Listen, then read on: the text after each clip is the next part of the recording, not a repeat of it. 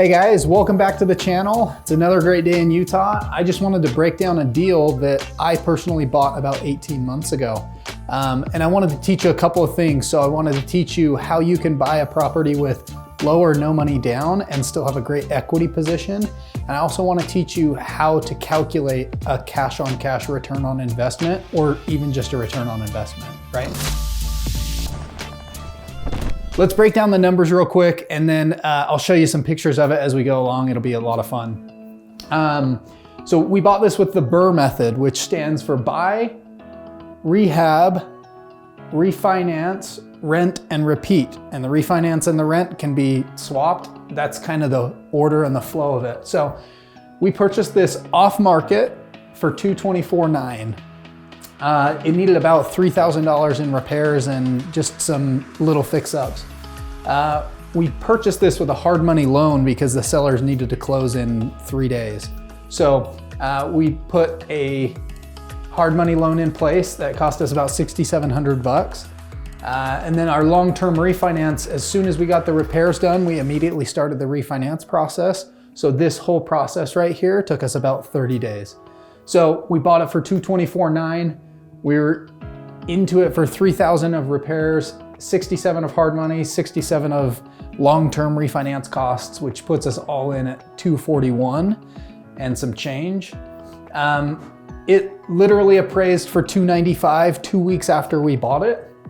So we took out an 80% loan to value rate and term refinance loan because we owed more on the property than 80%. So it was not a cash out.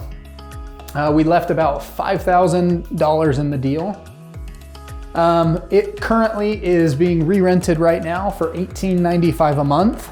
We subtract off our property management and our payment, our principal, interest, taxes, and insurance payment, and that leaves us about $465 a month in cash flow.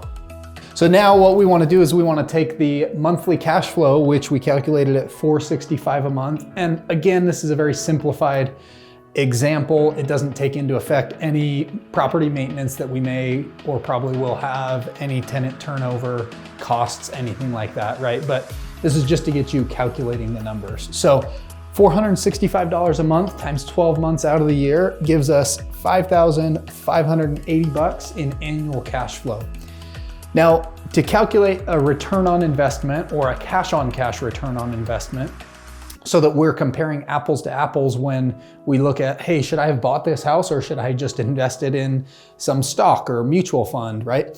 We're gonna take our annual cash flow number, which we calculated here, and the cash invested, which we left in the deal here.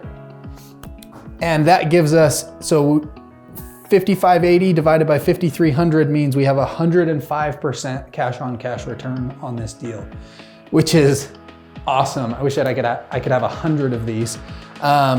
Most people, when I talk to them, they're like, hey, I want to make 8 to 10% on my money.